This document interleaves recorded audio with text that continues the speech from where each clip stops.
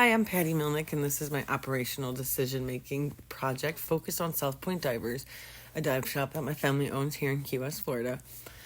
Because we operate a tourism-driven market, we face intense seasonal fluctuations. During peak season, we're overwhelmed with demand, but in the off-season, we see high employee turnover, unused space, and low productivity. These recurring inefficiencies increase cost and reduce the quality of our service. In this presentation, I'll show how we can use lean principles and data analysis to reduce waste, improve crew engagement, and increase profitability.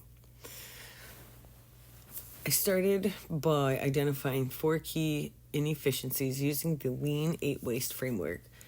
First, waiting. We lose valuable time each morning during dive prep due to process delays. Second, motion. Poor task timing during check-ins and prep leads to unnecessary movements and delays in boarding.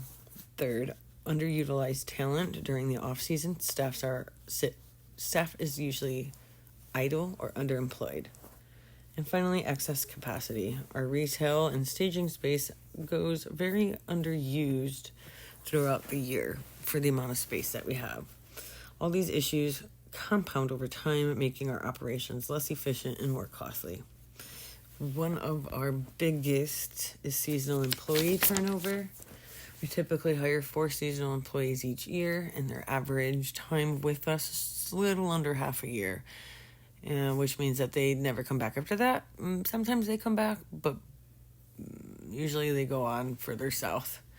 It costs us about $400 to train each new hire, and over 3 years, we've spent almost $5,000 on people who have never returned or been with us longer than a few months.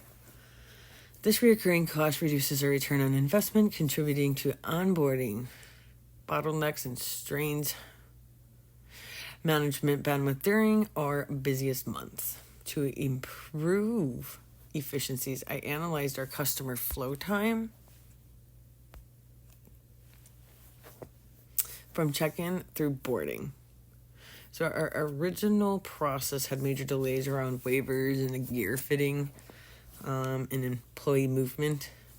So by reallocating prep tasks to more of the evening shift and using automatic reminders at the night before to customers, we've reduced overall flow time by around 12% and hoping to keep it that way.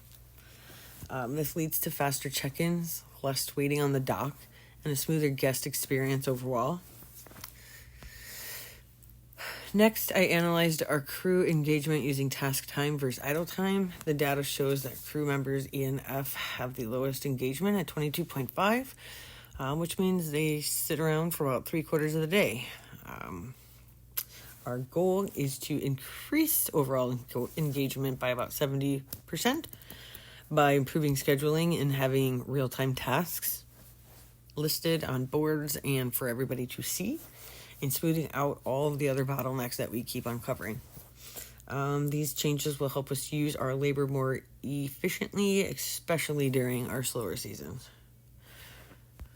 During our off season, or during any season really throughout the year, we have about 450 square feet of our space that truly does sit idle. We try to just find merchandise to fill it and pay rent on. So at $8.75 per square foot, that's nearly $4,000 in wasted space each year. If we sublease this space, we would repurpose it.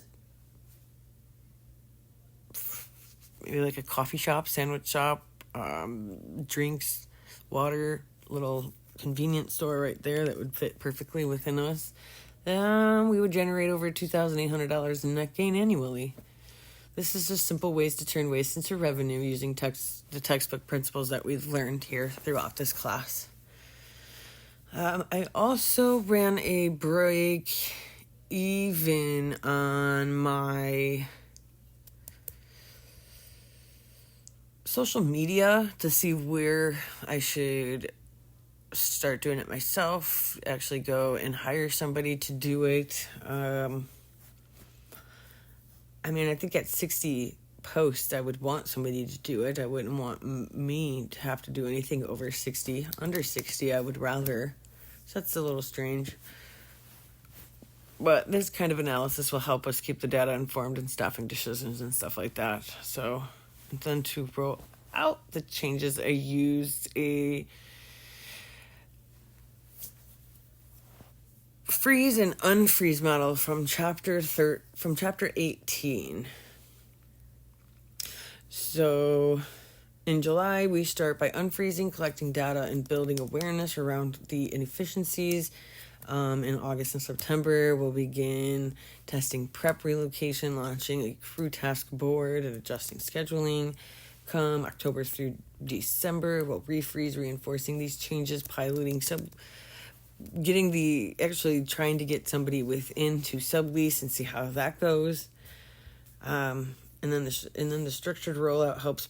This structured rollout helps minimize resistance and makes the change sustainable over time. So basically,